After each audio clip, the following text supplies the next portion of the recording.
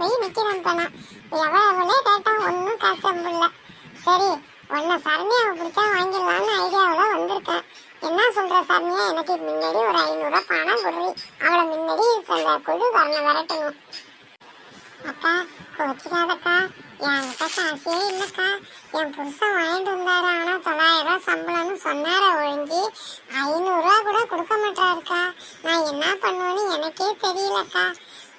அது சாமான் வாங்கவும் அரிசி பருப்பு வாங்கவும் பத்த மாட்டேங்குதுக்கா. 400 ரூபாய்க்கு சாராயம் வாங்கி குடிச்சிடுறாரு. இதுக்கு மேலே நான் என்னக்கா பண்ண முடியும்? கேட்டால் ஸ்பான் சட்டி போட்டு உடைப்பாரு. ஏதோ பயந்து அஞ்சு பயந்து இருக்கிறத வச்சு காலம் ஓட்டுறாக்கா. கடன் கொடுக்குற அளவுக்கு என்கிட்ட வசதி வாய்ப்பு தன்மானம் கிடையாதுக்கா. கோச்சிக்காதக்கா, இதாக்கா என் உண்மை இதாக்கா. அடி என்னடி சரணியா எப்படி சொல்லிவிட்ட? ஒன்னு நம்பி வந்து கேட்டதுக்கு மோசம் பண்ணிட்டேடி. ஏனும் ஆம்படியா ஒரு நாளைக்கு வீட்டுல இல்லாம வேலைக்கு போறான், இன்னும் ஒண்ணுமே இல்லை. அப்படி என்னடி சுத்து தண்ணி நம்ப மாட்டேங்கிற?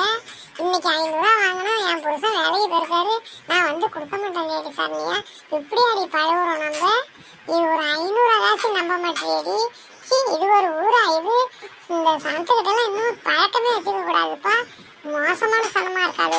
அப்பாடி அட்டுனா கிட்டனா 1 ரூபா காசு வாங்க முடியல சனத்துக்கிட்ட. நம்ம கிட்ட இருந்தா மட்டும் வருவாளுங்க. அப்படியே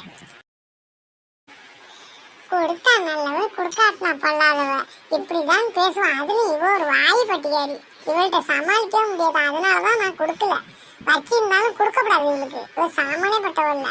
இவட பேச்சையே குறைச்சிடணும்.